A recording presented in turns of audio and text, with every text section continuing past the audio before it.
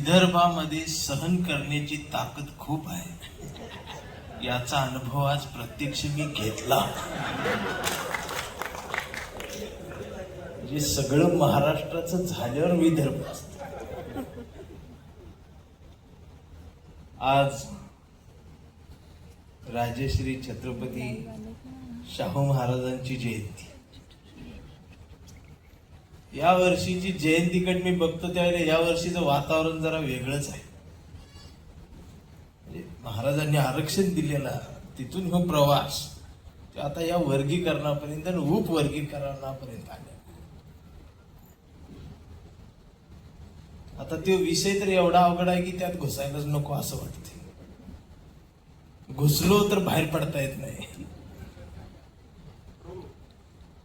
आणि इकडं जी वैचारिक पातळी जी घसरत चालली आहे, म्हणजे दोन्हीकडची. कोण म्हणते आम्ही प्रतिगामी, कोण म्हणते आम्ही पुरोगामी.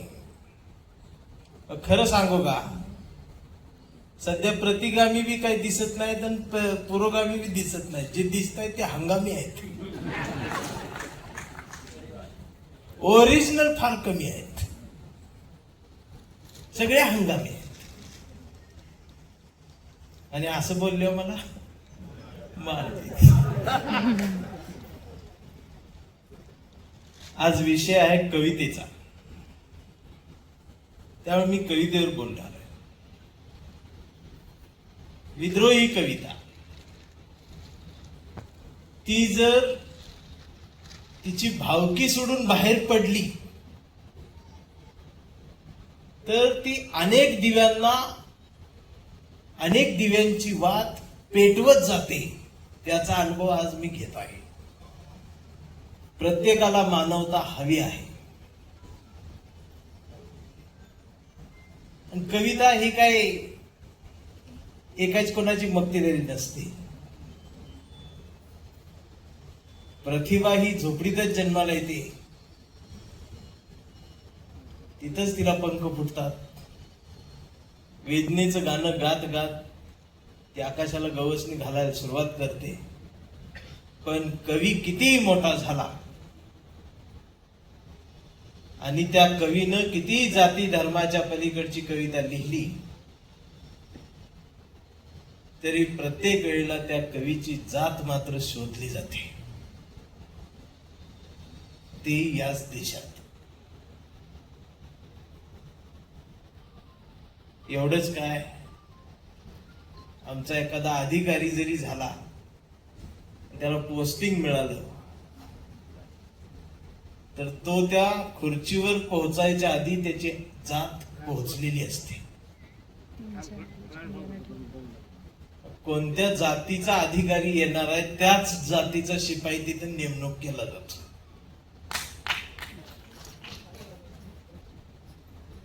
आणि अशा अवस्थेत आम्ही कविता लिहितो. आता हे कवी म्हणजे काय वेगळा प्राणी नसतो. कवी हा कवीच असतो. त्याला कधी काय सुचेल सांगता येत नाही. कधीही सुचतं कवीला. मला रात्रीचं झोपेत एक ओळ सुचली कवितेची. ज्ञान हा माणसाचा तिसरा डोळा नसून तो पहिला असला पाहिजे, बाकीचे नंतर तो. हे म्हणजे ज्ञान एवढं महत्वाचं आहे तर तो तिसरा डोळा का, तो पहिला पाहिजे. मी असं लिहिलं. असं काहीतरी चांगलं लिहिलं कवीला एक सवय असते, लगेच कोणाला तरी ऐकवायचं. आता एवढ्या रात्री ऐकवायच कोणाला, 2:30 वाजलेच. शेवटी लक्ष बायकोकडे गेलं. शेवटी हक्काचा माणूस तीच असते. आणि फार धाडस करून तिला झोपेतून जाग केलं तर ती सुद्धा वैतागून उठली आणि माझ्या चेहऱ्याकडे बघतच म्हणाले, काय लिहिलंय का? मी पण लाचार झाल्यासारखं म्हटलं, होय लिहिलंय. ती म्हटली ऐकवा. तिचा ऐकवा हा शब्द मला कायम खपवा असाच ऐकू येतो. आणि मी ती ओळ ऐकवली, म्हटलं ज्ञान हा माणसाचा तिसरा डोळा नसून तो पहिला असला पाहिजे, बाकीचे नंतर दोन. कवीला एक अपेक्षा असते की असे पंचवाक्य गेले की अशी टाळी बिळी दाद वा क्या बात असं तुमच्याकडनं नाही, की बायकोकडनं यावी असं मला वाटलं. तिने हात उचलला, तिने तिच्या कपाळावर मारला. मी म्हटलं काय झालं? ती म्हणाली चंदनशिव हे लिहिले का? म्हटलं मग काय झालं? तिनं मला सांगितलं, ती म्हणाली ज्ञान हा माणसाचा पहिला डोळा असू द्या, दुसरा डोळा असू द्या, नाहीतर तिसरा डोळा असू द्या, हे काही जास्त महत्वाचं नसतं.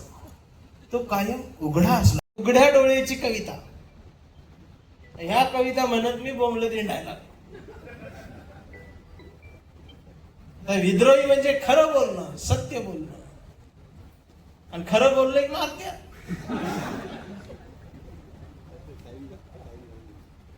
एक 2-3 महिन्यापासून आमच्या एक गावात एक तरुण पोरग ते मोबाईल असं घेऊन चौकात येते, मोबाईलवर काहीतरी बघतोय, जोरात हसतय. प्रत्येक जण विचारायचे ती मोबाईल बघून एवढा का हसतोय? मोबाईल बघायचा आणि जोरात हसायला. परवा मी त्याच्याकडे गेलो, म्हटलं तू का हसतोय एवढा? मोबाईल बघतोय हसतोय, मोबाईल बघतोय. तर त्याने त्याचा मोबाईल मला दाखवला. म्हटलं बघा हे काय? म्हटलं बघितलं तर ते उपवर्गीकरणाच्या बातम्या रील्स येत होत्या. म्हटलं हे बघून हसण्यासारखं काय? अरे गंभीर आहे. म्हटलं किती घाण शिवाय देत आहे ते. तू का हसतोय? तर ते परत हसायला लागले. अरे म्हटलं थांब, का हसतोय ते सांग. तर म्हटला दादा माझी आई मांगाची आणि बाप महाराज आहे म्हटलं, म्हणून मला रोज हसू येते. म्हटलं ही भांडणं बघून. माझा प्रश्न कधीच सुटलाय म्हटलं. मी बराच वेळ विचार केल्यावर लक्षात आलं, म्हणजे ह्याचा प्रश्न सुटलेला आहे. बाबासाहेबांनी तेव्हा सांगितलं होतं रोटी बिटी व्यावा. तेव्हा जर ही झालं असतं तर आता. आणि असं बोलल्यावर मला मार, आपली बी मारते ती बी मारते.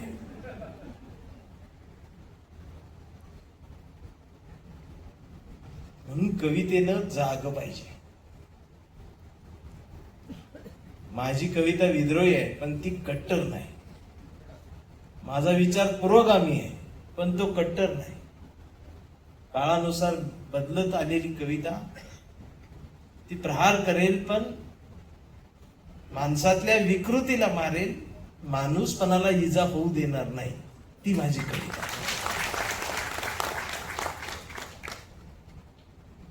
माझं प्रतिगाम्यांवरही प्रेम आहे जेवढं पुरोगाम्यांवर आहे. संवाद माझ्यासाठी जास्त महत्वाचा आहे. तो कुणाशी असो, एकमेकांचा एकमेकांशी संवाद आजच्या पिढीला होणं या काळाची गरज आहे. आज नुसतेच कट्टर आहेत, जे बाहेर काढन जगे माझ्या रक्तात आंबेडकर, बाबासाहेब कुठे माझ्या रक्तात.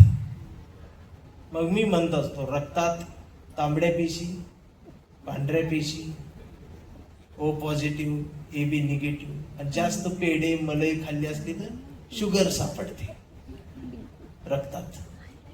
आता तर डायरेक्ट रक्तच निळा आहे म्हणतात.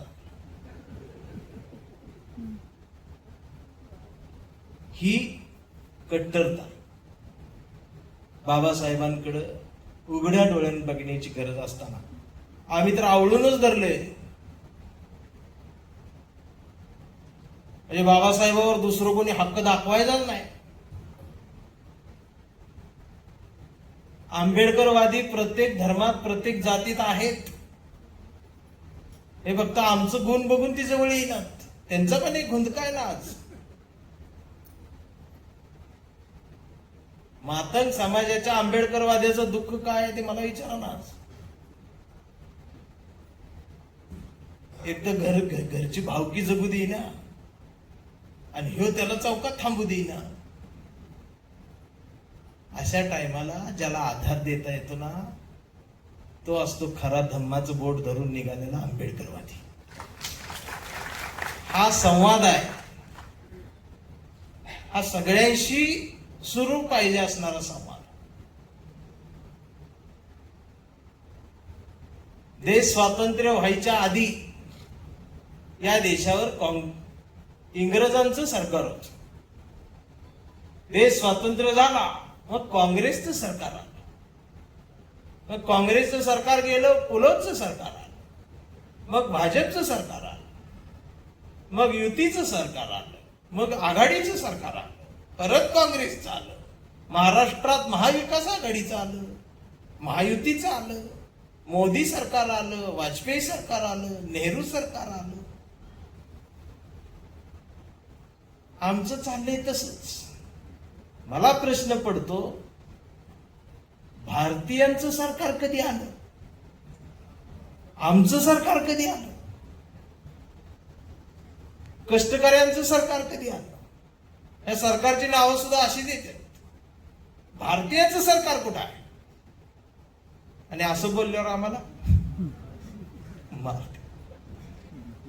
म्हणून कवितेच्या ओळी येतात की पाखरांच्या चोची मधला घास व्हावी कविता, पहिला आणि शेवटचा श्वास व्हावी कविता, कोसळावे तो थेंब भुईत, मातीचा वास व्हावी कविता, उगवावा पिंपळ एक प्रवास व्हावी कविता, त्याच पिंपळाच्या सावलीला मानवतेचे गीत गाणारी बुद्ध व्हावी कविता, मी करावे पाखरांच्या हवाली तिला, मग शुद्ध व्हावी कविता, हिंदूंच्या कंठामध्ये सलाम अलिकम सलाम व्हावी कविता, मुस्लिमांच्या भाळावरचा नाम व्हावी कविता, इंद्रायणीत तरलेला तुकाराम व्हावी कविता, आणि या देशाच्या मातीत विज्ञान पेरणारी अब्दुल कलाम ही व्हावी कविता.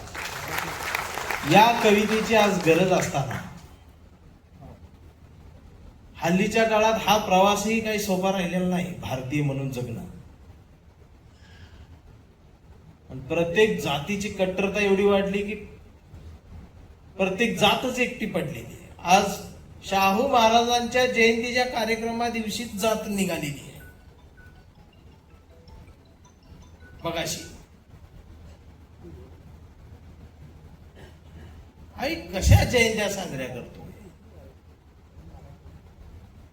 कारण आमची पुतळ्याजवळ मेंढरांची गर्दी वाढलेली आणि विचारांजवळ कमी झाली. आमच्या मराठी साहित्यामध्ये एक समीक्षक नावाचा प्रकार असतो. तो जो ठरवतो त्याच लाईनीत समीक्षण जसा करेल तसा त्या कवीची ओळख होती. अजूनपर्यंत तर त्यांना मी काही सापडलोच नाही आणि आता तर अजिबातच सापडणार नाही. आता काही समीक्षण मला कोणतरी पाठवले 2-4, तर कोण म्हणते कविता राजकारणात गेली का? आता मला पुढच्या आठवड्यात ट्रम्पनं बोलवलं, मी तिकडे जाणार, काय करणार आहे?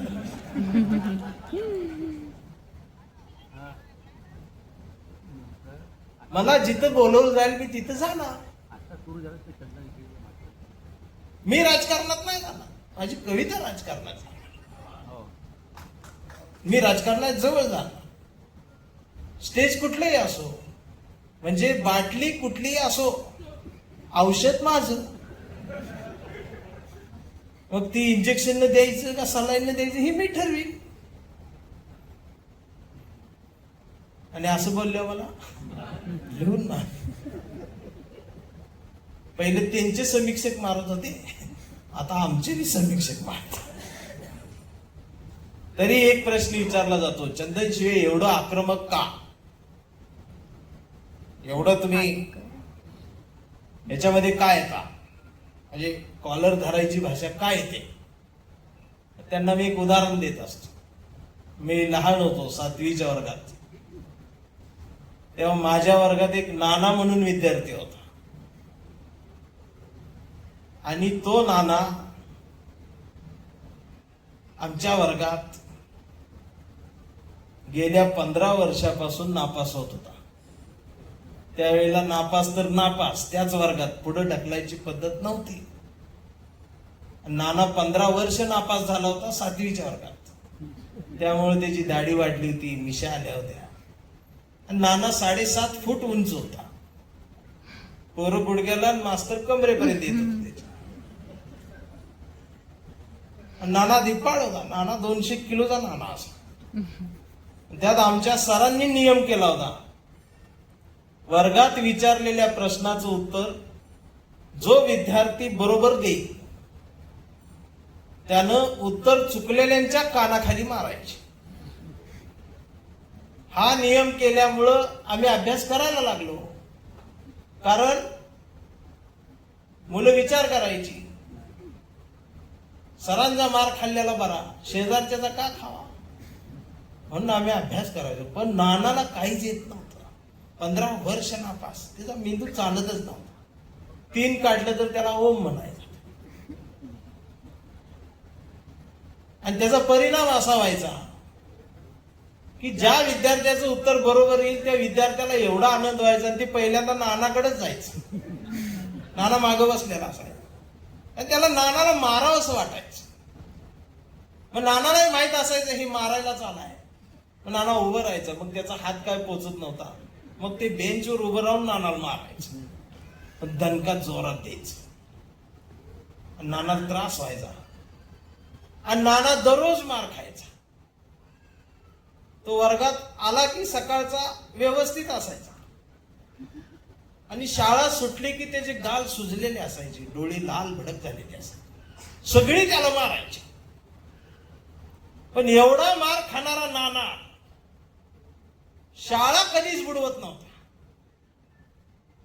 उलट अर्धा तास आधी वर्गात येऊन हजर व्हायचा. कधी कधी तर रविवारचं सुद्धा तो शाळेत येऊन जायचा, चुकून भरली की काय म्हणून. तो आपल्या गल्लीतला होता, आमचा होता, म्हणून मला वाईट वाटायचं. आणि त्याला रोज मारायची, पोरं चिडवायची. मी एक दिवस नानाला म्हटलं, नाना तू कशाला शाळेत येतोस, तू तर काय पास होणार नाहीस अजून 10 वर्ष, तू शाळा सोड. त्यावेळेला नानाने माझ्या खांद्यावर हात ठेवला आणि म्हटला, एक दिवस तुला कळेल. आणि खरोखर एक दिवस असा आलाच. आमच्या वर्गात सरांनी एक प्रश्न विचारला. प्रश्न वर्गाच्या आणि पुस्तकाच्या जरा बाहेरचा होता. प्रश्न होता, गावाबाहेर बायका जे धुणं धुतात त्या धुणं धुण्याच्या जाग्याला नेमकं काय म्हणतात. आम्ही उत्तरं दिली. ओढा म्हणतात, वगळ म्हणतात, विहीर म्हणतात, नदी म्हणतात, नाला म्हणतात, डबकं म्हणतात, आड म्हणतात, पोहरा म्हणतात, झरा म्हणतात, तळ म्हणतात, तलाव म्हणतात, धबधबा म्हणतात. मास्तर म्हणले सगळ्यांचं चुकतंय. एक जण म्हणला समुद्र म्हणतात. मास्तर म्हणले चुकलं. सगळ्यांचं उत्तर चुकल्यानंतर नाना हळूच उभारला पाठीमागच्या. नानानं हात वर केला. मास्तर म्हणले सांग, सगळ्यांचं चुकलंय. आणि नानानं हाताची घडी घातली. नाना म्हटला, त्याला पाणवटा म्हणतात. पाणवटा म्हणतात म्हटल्याबरोबर मास्तरांचा असा आव असला. नाना म्हणला, सर उत्तर बरोबर आहे का. सरांनी मान हलवली, म्हटले आज फक्त तुझंच उत्तर बरोबर आले. म्हटले सगळ्यांचं चुक. आणि ज्या वेळेला नानाच्या लक्षात आलं की फक्त आज माझंच उत्तर बरोबर आले, सगळ्यांचं चुकलंय, म्हणजे आज नियमानुसार दणका मी देणार. आणि एवढ्यात पोरांच्या लक्षात आलं. नानानं मुलांच्या लक्षात यायच्या आधीच नानानं पळत जाऊन दार लावलं आणि कडी लावून नाना दाराजवळ थांबला. तशी पोरं बोंबलायला लागली. कारण नाना साधा नव्हता. नानाचा एक हात 28 किलोचा आणि पोराचा गाल 250 ग्रॅमचा होता. दणका साधा बसला नव्हता. मास्तर थरथर कापायला लागले, पोरं ओरडायला लागली. सगळं गाव शाळेभोवती गोळा झालं. दार कोण उघडना. सरपंचांना बोलवून आणलं. मग सरपंच मागून खिडकीतून वर आले. तर खिडकीतून बघितलं. सरपंचांनी विचारलं, म्हणजे मास्तर काय झालं, नाना का थांबला, पोरं अशी का रडताय, तुम्ही का घाबरलाय? मास्तर म्हणले, सरपंच घोळ झाला आज. फक्त म्हणले उत्तर नानाचंच बरोबर आलं. सगळ्या गावाला हा नियम माहित होता. जसं नानाचंच उत्तर बरोबर आले हे कळलं, तसा सरपंचाचा बीपी वाढला. कारण पहिल्या बेंचवर त्यांचाच मुलगा, पहिला दणका त्यालाच बसला. सरपंचानी खिडकीतनच हात जोडले, म्हटले मास्तर पाया पडतो, म्हटले आज नियम बदला. नियम बदला म्हटल्याबरोबर नाना चिडला. नाना समोर आला आणि नानानं मास्तरला सांगितलं, मास्तर 15 वर्ष झाली हा नियम आहे. मी आजपर्यंत कधी म्हटलं का नियम बदला? मास्तर म्हणले नाही. मी कधी तक्रार केली का? मास्तर म्हणले नाही.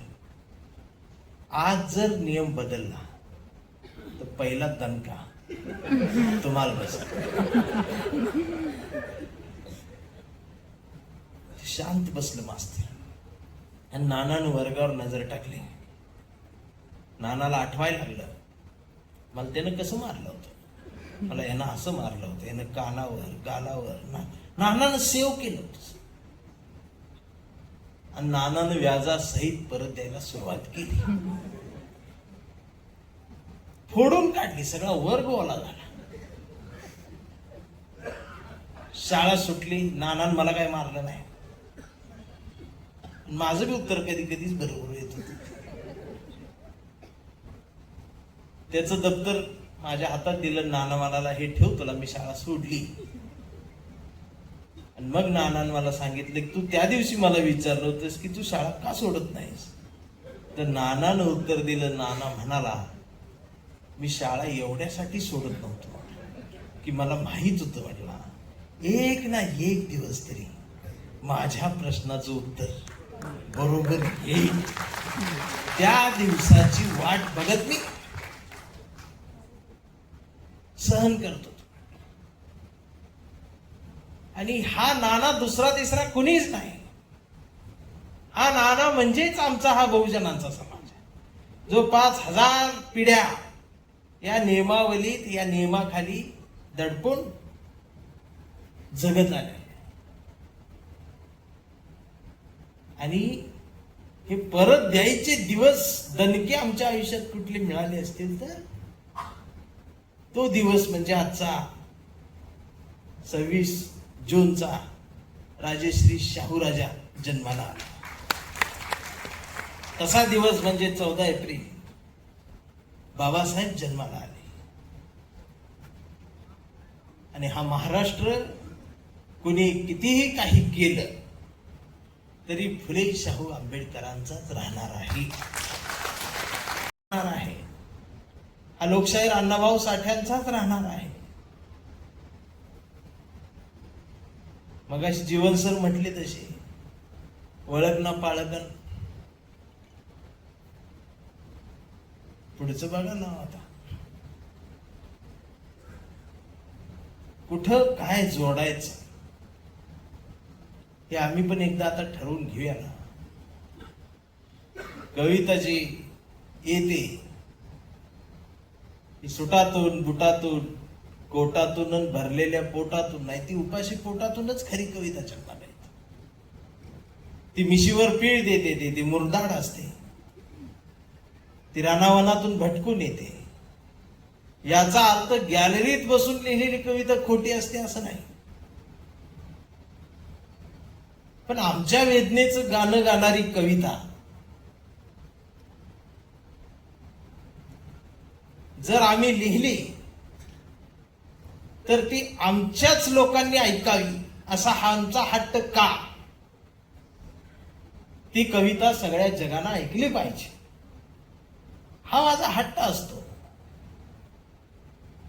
चळवळीची कविता चळवळीच्याच घरात का.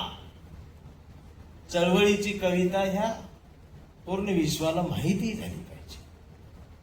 मगाशी जे सांगितलं सरांनी त्या निग्रोंचं तिकडचं, त्यांचं आणि आमचं दुःख काही वेगळं नाहीच, वेदना तीच आहे.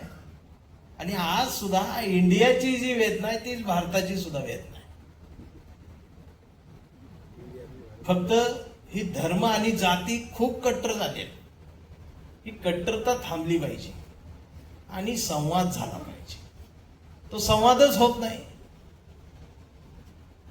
हल्ली चौकात गेलं तर कोण म्हणते मी हिंदू, मी म्हणते मुस्लिम, मी बौद्ध, मी मातक, मी ह्याव, मी त्याव, आणि मी मध्ये जाऊन म्हणतो मी भारतीय, तर मग मारत्या. म्हणजे हे नवीन काय आलं, मी म्हणतो मी जुना आहे, नवीन तुम्ही आहे, असं ठणकावून सांगितलं मग अजून मारत्या.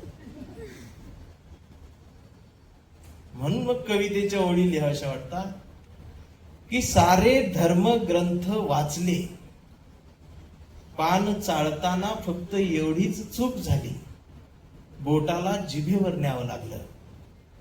मी धर्मालाच थुक्का लावला आणि मी माणूस झालो.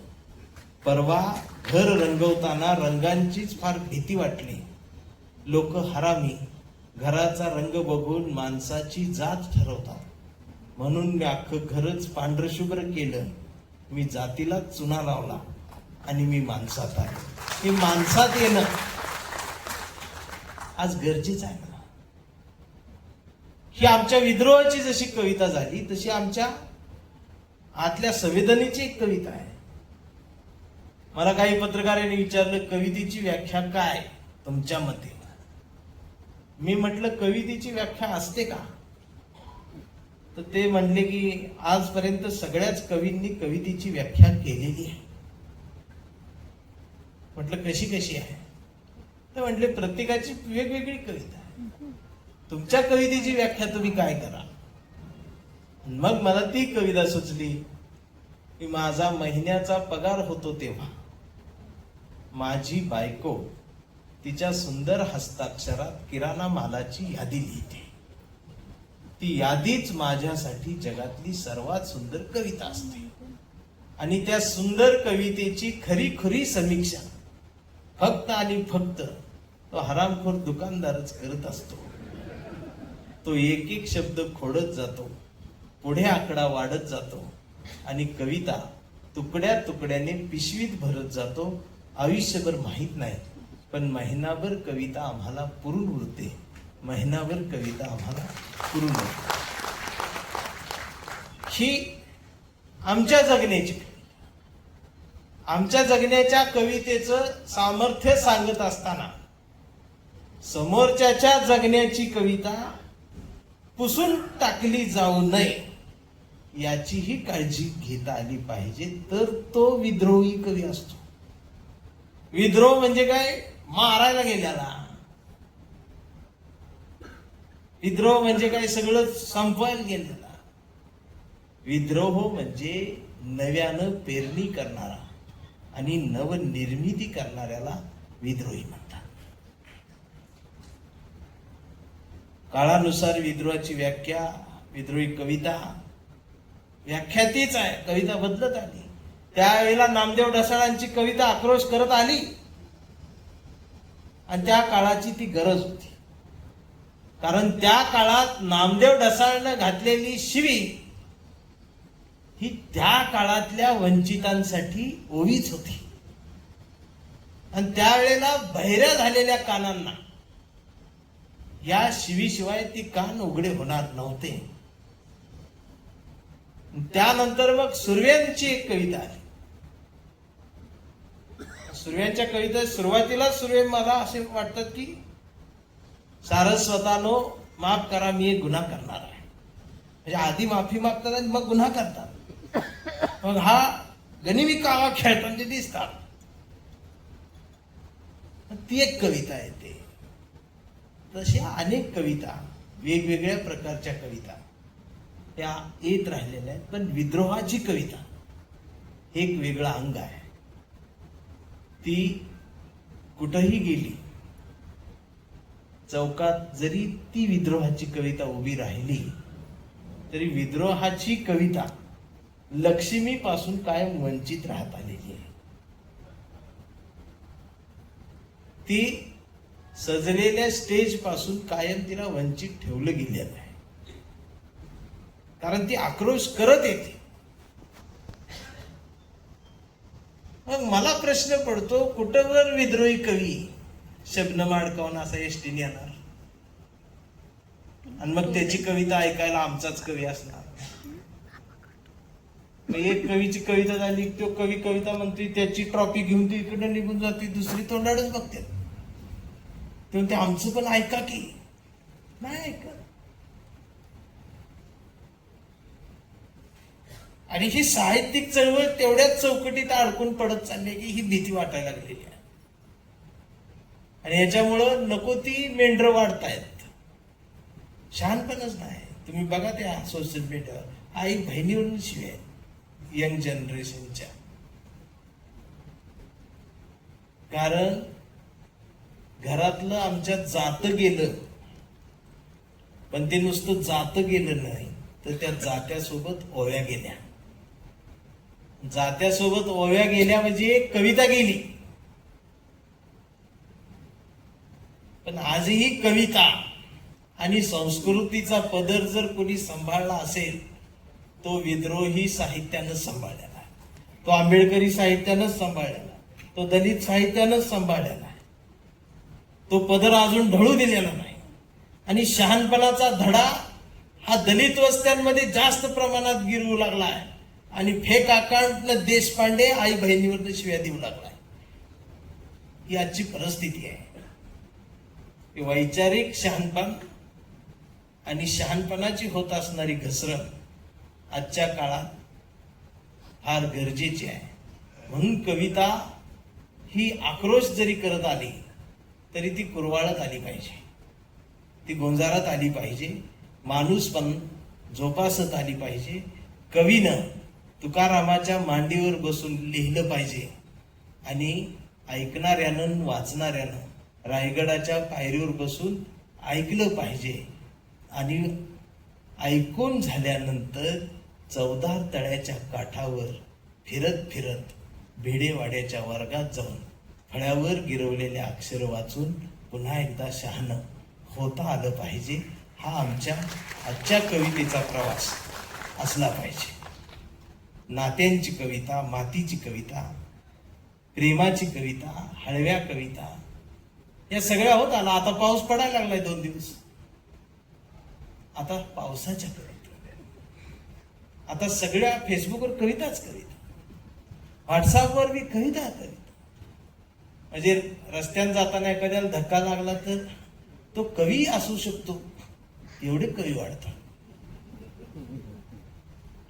ह्या सगळ्यापेक्षा आज काळाला गरज आहे ती माणुसकीची कविता, सत्याची कविता. सत्यमेव जयतेच्या रस्त्यावरून अनवाणी पायांनी पाठीवर दप्तर टाकून आरक्षण शाळेत जातं तेव्हा. सत्यमेव जयतेच्या रस्त्यावरून अनवाणी पायांनी पाठीवर दप्तर टाकून आरक्षण शाळेत जातं तेव्हा या देशातल्या पाऊल वाटा वंदे मातरम गातात आणि झाडावरची पाखरं सुद्धा राष्ट्रगीत अभिमानानं गुणगुणत असतात. आरक्षण शाळेत जातं, घंटा वाजते, शाळा भरते. भारत माझा देश आहे, सारे भारतीय माझे बांधव आहेत असं छाती ठोकपणे आरक्षण प्रतिज्ञा म्हणतं, वर्गात बसतं, रमतं, गमतं. कधी मेरिट मध्ये येतं तर कधी मेरिटच्या जवळ जातं. आरक्षण शहाणं होतं, आरक्षण पदवीधर होतं. शेवटची बेल घंटा वाजते, आरक्षण बाहेर येतं आणि मग फाईल नटते पदव्यांची. आणि नटलेली फाईल बाजारात तिचा प्रवास सुरू होतो जिंदगीची भाकरी शोधण्यासाठी. त्यावेळेला त्याला लक्षात येतं आरक्षण विरक्षण सगळं झूट असतं. इथं फायलीला वशिलेची आग लावल्याशिवाय जिंदगीची भाकरी भाकरीच्या बाजारात भाजली जात नाही, याचा त्यावेळेला शोध लागतो. तोपर्यंत आरक्षण नावाचं पातेल्यातलं दूध संपलेलं असतं आणि वरतून उपवर्गीकरणाचं गाजर येऊन 2 समाजामध्ये भांडण लागलेलं असतं. शहाणपण घसरायला सुरुवात होते ती इथूनच. आणि म्हणून कवीनं जाग पाहिजे. आमचं गाणं आहे फक्त त्या डीजेवर, जागा असावं भीमाचं पिल्लू जागा असावं. पण हे झोपून ऐकते, डोळे बंद करून ही गाणं ऐकते. एकमेकांच्या जातीवरती प्रहार करण्यापेक्षा, धर्मावरती प्रहार करण्यापेक्षा, आता आमची सुद्धा धर्मावरच लय प्रहार कराय बघते. ही 100% बौद्ध आहे. आम्ही कुठे 100% झालोय नीट तरी. त्यात 22 प्रतिज्ञा आहेत की. त्यात एक प्रतिज्ञा आहे, मी मांसाहार करणार नाही, मी दारू पिणार नाही. त्यावेळेला खाली मान घालून सगळी बोबडं बोलले, मी मांसाहार.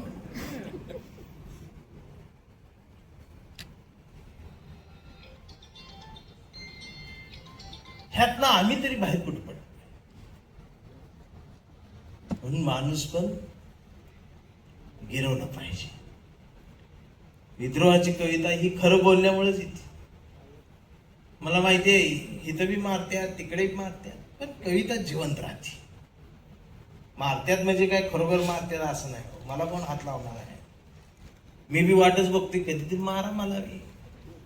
मला आत्ता कळायला लागले, मार खाल्ल्यावर बी फेमस होते.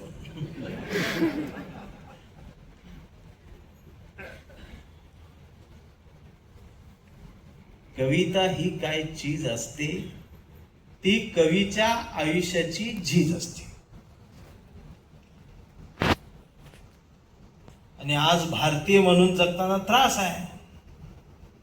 मी जात धर्म याच्या पलीकडे गेलो असं म्हणतोय, तर ती माझ्यापुरतच. दुसऱ्यां कुणी ऐकले म्हणते ही येड झाली. परवा माझ्या एका चुलत भावानं लव्ह मॅरेज केलं. मुलगी मुसलमान, तो घेऊन पळून गेला. माझा या प्रकरणात काही संबंध नाही. मग ह्यो धर्म पेटला, सगळ्या तलवारी बाहेर.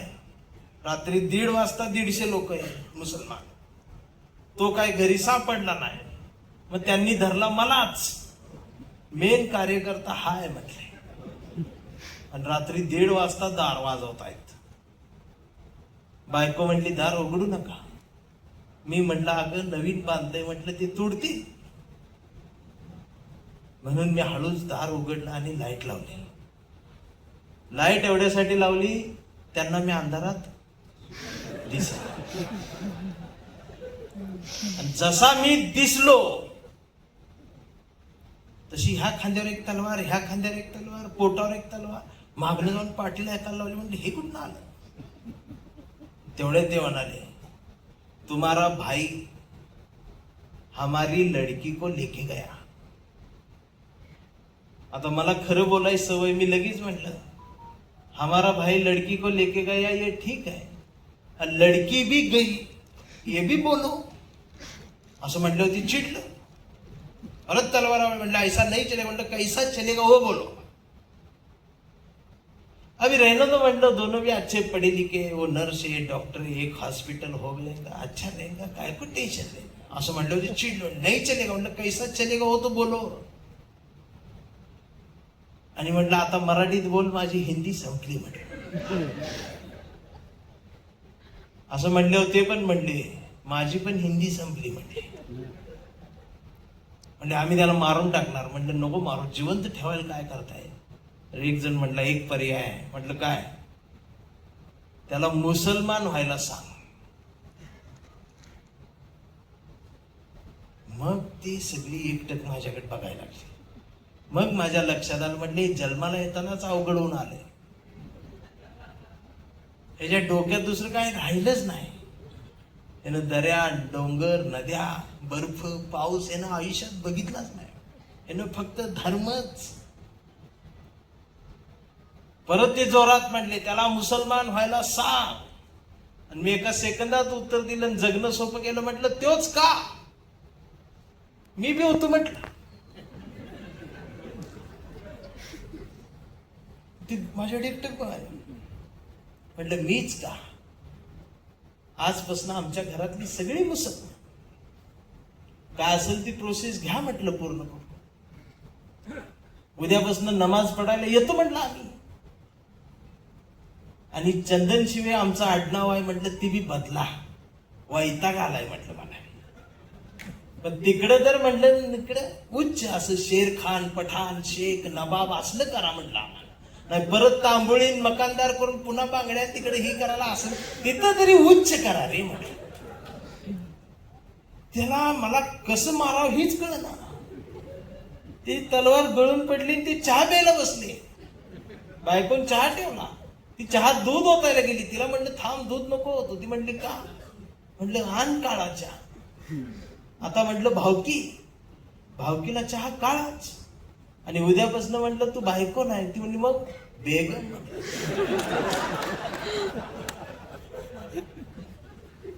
जे धर्माच्या नावानं मारायला आले होते ते चहा पिऊन गेले.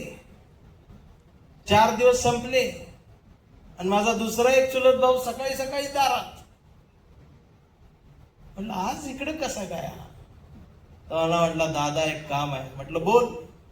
मी मुंबईला असतो. हा म्हटलं माहितीये बोल. तर म्हटलं माझं पण सुरू आहे म्हटलं. म्हटलं अडचण काय?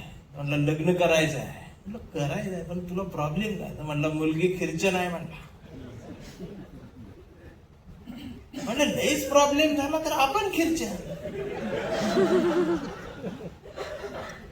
तो म्हणला परवा तर मुसलमान झाला. म्हटलं आता एक काम करा, 1 आठवडा हिंदू, 1 आठवडा ख्रिश्चन, 1 आठवडा मुसलमान, 1 आठवडा बौद्ध, अजून काय असलं तर शनिवार रविवार विकेंडला वाटून घ्यायचं. घराच्या बाहेर लिवायचं सर्व धर्म समभाव. घराचं नाव संविधान. विषय एवढा देश सोपा आहे.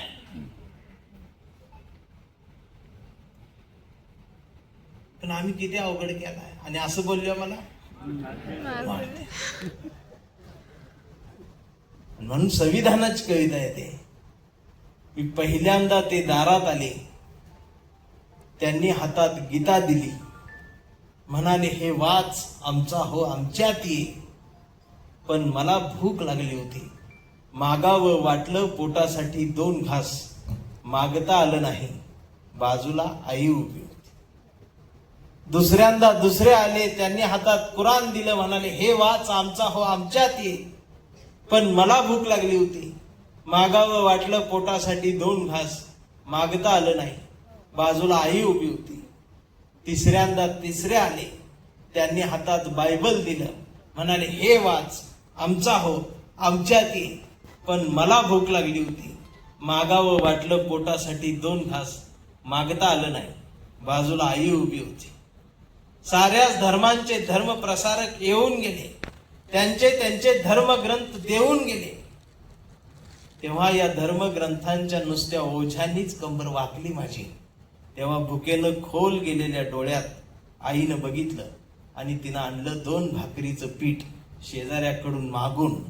तेव्हा चूल कशी पेटवायची हा प्रश्न आईला पडला. कारण या देशात भाकरीच्या पिठापेक्षा सरनाची लाकडं महाग मिळतात. चुलीत घालायला काहीच मिळालं नाही.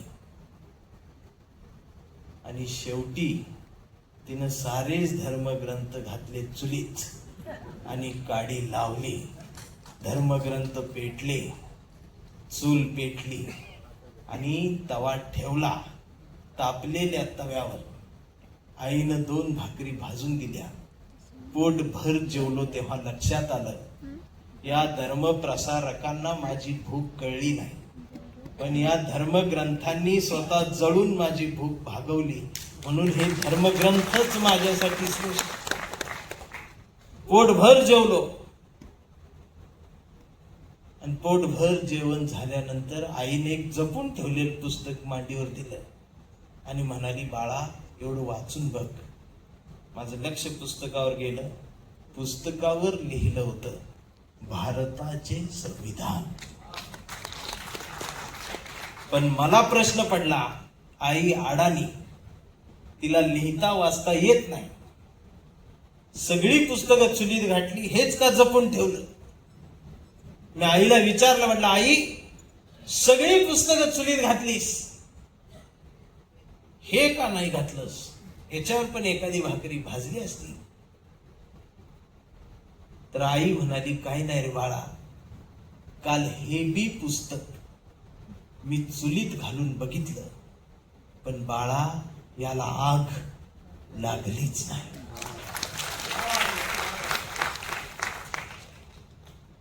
ते या देशाचं संविधान आहे.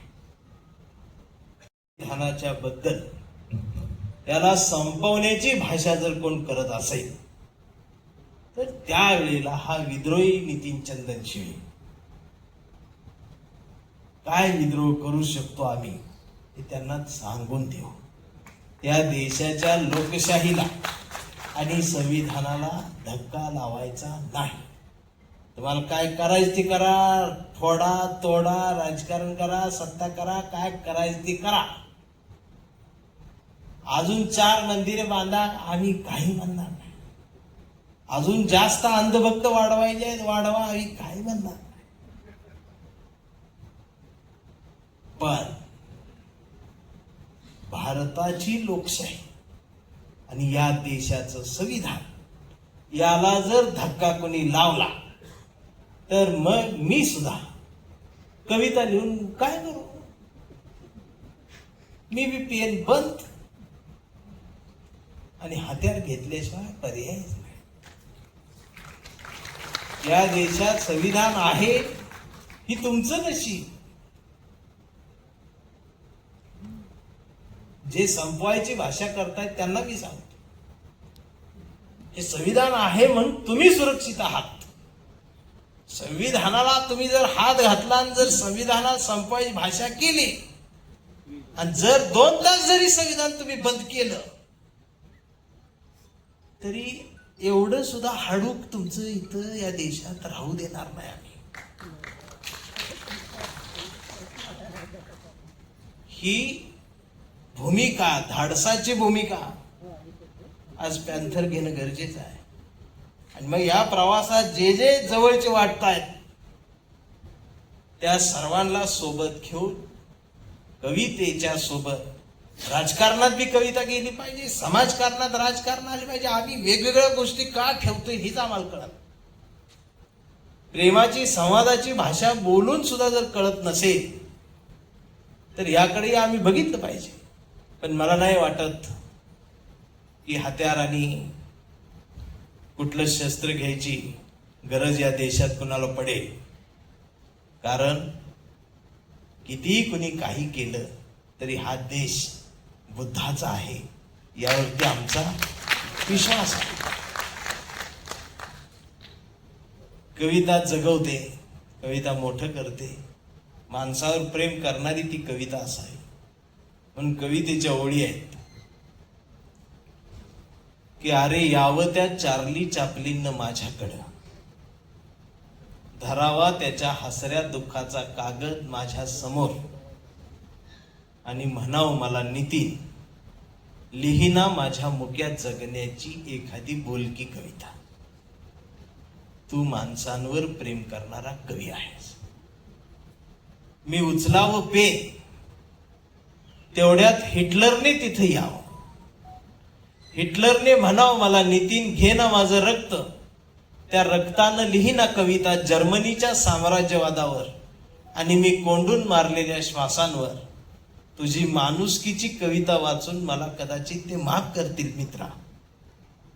आणि मग मी लिहावी कविता तेवढ्यात समुद्रातून हातात मीठ घेऊन लादेननं तिथे यावं आणि लादेननं गुडघ्यावर बसून मला म्हणावं, नितीन दे ना तुझा थोडासा तुकाराम, काश्मीरच्या बर्फात पेरावा म्हणतो, आणावी म्हणतो हिरवी वारी पंढरीला. आणि मी द्यावा त्याचाच त्याला पैगंबर आणि सांगावं या देशात पैगंबर पेरला की तुकारामच उगवत असतो म्हणून. त्यानेही ते मान्य करावं. यावं त्या डोनाल्डने, यावं त्या पुतीनने. मी सांगेन त्यांना 3रं महायुद्ध विसरा, माझी कविता नेहमी आडवी येईल, त्यांनी ते मान्य करावं. आणि तुम्ही या सगळ्यांनी माझ्याकडं तुमच्या मेंदूतला इतिहासच एकदाचा जाळून टाकावा म्हणतो आणि तुम्हाला दाखवावा म्हणतो हा सुंदर भूगोल, जो तुम्हाला आणि आम्हाला येणाऱ्या पिढ्यांसाठी फार जपून ठेवायचा. वातावरण बघून जगण्यासाठी देश बदलणाऱ्या पाखरांनी सांगा कुणाची गाणी गायची. माझी कविता त्याच पाखरांच्या थव्यात कायम उंच उंच विहार करत राहील, कारण मी फक्त आणि फक्त माणसांवर प्रेम करणारा कवी आहे. कारण मी फक्त आणि फक्त माणसांवर प्रेम करणारा कवी आहे. हे माणसावर प्रेम करणं आज काळाची गरज आहे. बराच वेळ झालाय. कांबळे तर आहे ब्रँड.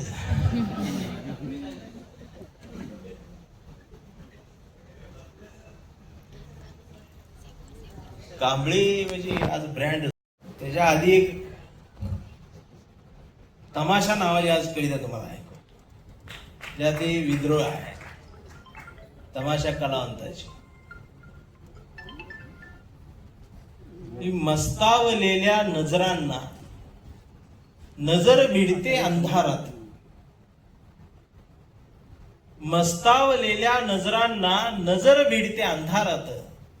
मोगऱ्याचं चांदणं माळते मी वेणीच्या अंबरात. ही शाहिराची ती लावणी बेधुंद ओठावरती कत्तल करते काळजाची. आणि पेंगत पेंगत धांदल उडते झाडावरच्या पाखरांची. कधी मी राधा कृष्णाची, कधी मी मुरळी वाघ्याची. गवळणीतली मावशी होते आणि रात्रभर गंमत करते नाच्याची. मध्यानीचा चंद्र आता दूरवर भाकरीसारखा दिसू लागतो. ओल्या चिंब चोळीत माझ्या खट्याळ वारा झुंबू लागतो. हळूहळू उतरतात मग पायामधुनी चाळ. धावत धावत कुशीत येतं माझं भुकेलेलं बाळ. आग विजवते त्याच्या पोटाची, मग धावत जाते ओढ्याकाठी त्या पाणवट्याला भेटण्यासाठी. चंद्राला पाहून वाटे लाज, मग हळूच जाते झाडीत दाट. पांडुरंग मग येतो ओठी, मी हळूच सोडते चोळीच्या गाठी. आणि उतरते पाण्यात स्वतंत्र होऊन खेळण्यासाठी. दगडाची एक चीप घेऊन मी खरडत बसते अंग. चिकटलेल्या नजरा काढते ज्यांनी रात्रभर केला विनय भंग. घासून घासून अंग दगड लाल भडक होतो. बोलणाऱ्या मोगऱ्याचा गजरा मुका होतो. आणि पांढर शुभ्र चांदणं वाहत जात दूरदेशी. आता सूर्य उगवतो तेव्हा या दुनियेची बाई कमाल असते. आता सूर्य उगवतो तेव्हा या दुनियेची बाई कमाल असते. रात्री दुनिया माझी हमाल होती, दिवसा मी छिनाल असते. दिवस हेच अशाच पद्धतीने निघून जातो. संध्याकाळ होते, अंधार पडतो. पुन्हा नवं नाव, पुन्हा नवं गाव. अंधारात काळ्या पडतात टाळ्या, फडात पिळतात मिशा. घरी पलंगावर झुरतात उशा. आणि सुरू होतो माझा तमाशा तमाशा तमाशा. ही विद्रोही अंगातली जरी कविता असली तरी त्याला एक बाज आहे. मगाशी आमचे मेश्राम सर, ते भारी माणूस आहे बरं का. आम्ही फार जुनी माहिती, म्हणजे त्यांना आज मी बघितलं तर ते आता पांढरं व्हायला लागले. काय रुबाब होता त्यांचा. गडचिरोलीला PI होती त्यावेळेला असं मला भेटायला यायचे, असा गॉगल बिगल. शाहरुख खान बिरुख खान सगळे फिके पडायचे त्यांच्या समोर. आता ते परेश रावलकडे प्रवास सुरू झाला. आम्ही पहिल्यापासून जॉनी लिव्हर आहे त्याच्यामुळे. पण मेश्राम सरांसारखं अभ्यास व्यक्तीने विदर्भामध्ये अत्यंत चांगली माणसं, ह्या यंग जनरेशनला आम्हाला जोडून ठेवणार माणूस. आणि गपचूपपणानं किती साहित्यिकांना, आमच्या सारख्या कवींना हा माणूस मदत करत राहतो ते आम्हाला सुद्धा कळत नाही. म्हणून मेश्राम साहेबांसाठी एकदा टाळ्या झाल्या. ही माणसं कधीच पडद्यावर येत नाहीत, पण चळवळ करत राहतात. तसं आमचं जीवन दादा शांत बसत नाही कधी. काहीतरी न्यूज चॅनल चालू असते, भाषण चालू असते. कधी आमचं कोल्हापूर, सांगली, अख्खा महाराष्ट्र हे आमचे सुमेधदार. भाव गेल्यानंतर कोणी म्हटलं असतं का ही चळवळ नको म्हणून दिलं असतं सोडून. पण तरी सुद्धा प्रत्येक श्वास या आंबेडकरी चळवळीसाठी जगणारी सुमेध जाधव सारखी माणसं आहेत. म्हणून ह्या चळवळीचा आम्हाला अभिमानच वाटतो. ही पाठीशी आहेत, आमच्या सोबत आहे. तुम्ही आमचा अभिमान, स्वाभिमान आहात. ती काय काय असतातच. हे असलं कशाला पाहिजे, तसलं कशाला. मला दंगलकार का म्हटलं जातं तर दंगल नावाची एक कविता माझी होती, त्यामुळं मला दंगलकार म्हटलं गेलं. पण मी दंगल झाल्यानंतर दंगलीची कविता लिहिण्यापेक्षा दंगल होऊच नाही यासाठी कविता जर माझी कामाला आली तर ती जास्त चांगली आहे असं मला कधीतरी वाटत राहतं. कवितेची ड्युटी काय आहे? एका बलात्कार केलेल्या आरोपीला न्यायाधीश फाशीची शिक्षा देणार आहेत. आणि ती शिक्षा द्यायच्या आधी न्यायाधीश म्हणतायत वकिलाला की वकील या शहरातल्या कवींना बोलवा. त्यावेळेला वकील म्हणतात यात कवींचा काही संबंध नाही, चार्जशीट मध्ये वगैरे तक्रारीमध्ये कवी कुठं नाहीत. न्यायाधीश म्हणतात त्यांना फक्त बोलवा. मग त्या शहरातल्या कवींना बोलवून आणलं जात. सगळे कवी कवयित्री समोर उभे राहतात. सगळे कवी म्हणतात न्यायाधीश साहेब आमचा बलात्कार या घटनेमध्ये काही संबंध नाही. त्यावेळेला न्यायाधीश फक्त त्यांना म्हणतात मला माहित आहे तुम्ही यामध्ये सामील नाहीत, पण माझा प्रश्न तुम्हाला एवढाच आहे, तो विचारायसाठी मी तुम्हाला इथं बोलवलंय. न्यायाधीशांनी प्रश्न विचारला की तुम्ही कवी या शहरात आहात, तुमची कविता इथं आहे, तुमची कविता असताना बलात्कार झालाच कसा? कवितेची ही ड्युटी आहे. आता लिहिणारा कितीही तळमळीन लिहित असला तरी ऐकणाऱ्यांसुद्धा तेवढ्याच तळमळीन ती कविता ऐकली बी पाहिजे तरच ती त्याला कळणार. आता माझं एवढं ऐकून सुद्धा गेल्यावरती एक जण म्हटलाच चंदन शिवे म्हटल्यावर नेमकं ती त्या जातीचा असं. मग मी त्याला कुठं नेऊन मारायचं?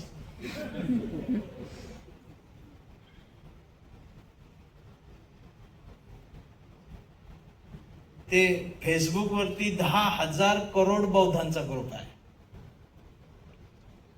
म्हणजे त्याची कल्पना शक्ती बघा किती. 10,000 करोड बौद्धांचा ग्रुप. देशाची लोकसंख्या 150 कोटी आहे आणि त्यानं ग्रुप काढलाय 10,000 करोड बौद्ध. आणायचे कुठनं? त्या तिथं असते तरी काय, तर एक सुंदर मुलगी अर्धी छाती उघडी, फेट्यात बाबासाहेब, आणि त्यानं वर लिहिलेलं असते एका बापाची औलाद असाल तर कमेंट मध्ये जय भीम लिहा. मग लिहायलाच लागते जय भीम. नाही लिहावं तर परत डोकत झोपच लागत नाही. 2 बापांना जय भीम. आता त्याला ही कविता कळणार आहे का? हे आमचं जात गेले, जात्यासोबत ओह्या गेल्या, संवाद संपलाय. एवढंच काय, नवरा बायको मध्ये बी संवाद नाही हो.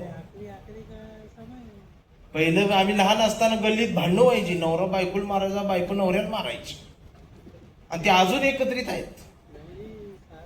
आणि आता एकमेकांशी बोलत सुद्धा नाहीत. आणि घटस्फोट झाल्यावर आम्हाला 2 दिवसांनी कळते साला होती घटस्फोट.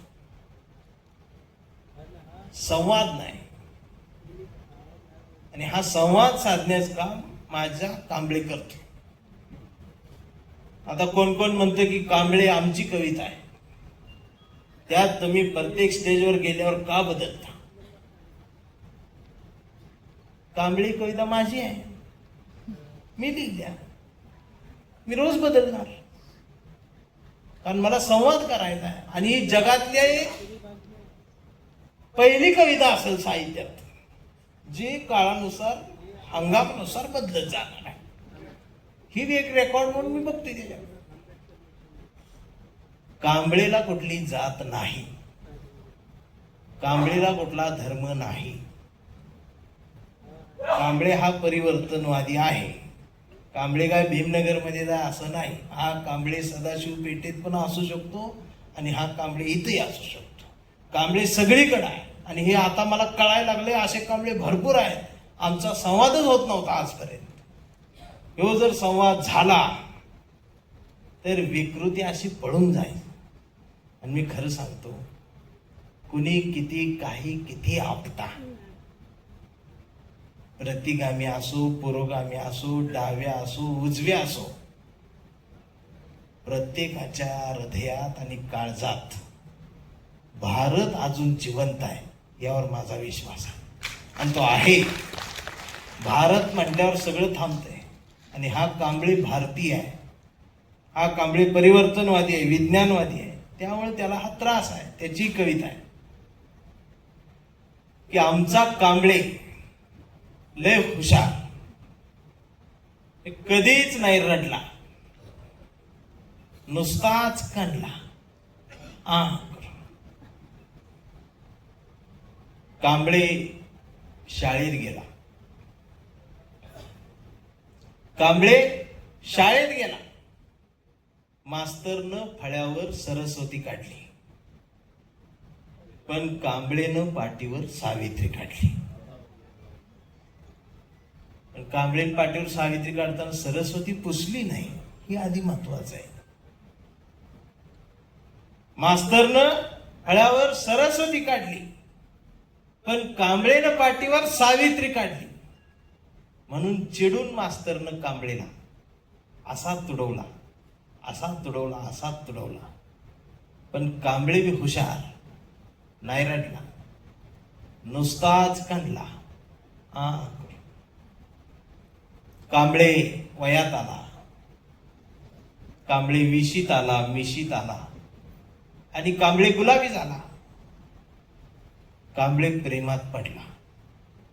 तिनं विचारली त्याची जात. कांबळे म्हणला, वेडे मी माणूस, माणूस माझी जात, प्रेमात कसली आली जात? मग माणूस माझी जात असं म्हणणारी एकच जात. तिनं बरोबर ओळखली जात. मग तिनं पण कांबळेला कोपऱ्यात नेऊन असा तुडवला, असा तुडवला.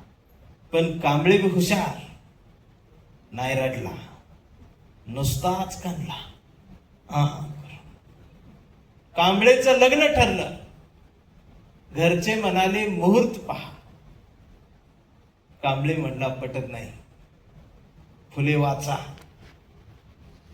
नातेवाईक म्हणले सत्यनारायण. कांबळे म्हणला, जमत नाही, बाबासाहेब वाचा. मग भावकी म्हणाली, जागरण गोंधळ बोकड तरी काप. कांबळे म्हणला, पटतच नाही, गाडगे बाबा वाचा. मग घरच्यांनीच दार लावून कांबळेला बोकाड शिजवून असा तुडवला, असा तुडवला, असा तुडवला. पण कांबळे बी हुशार, नाही रडला, नुसताच काढला.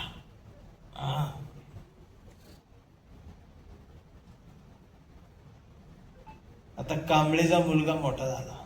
कांबळे चळवळीत आला. चळवळीचे सगळे गट तट बघितले, RPI ABCD. आता दिवाळीपर्यंत झेड पर्यंत जायची.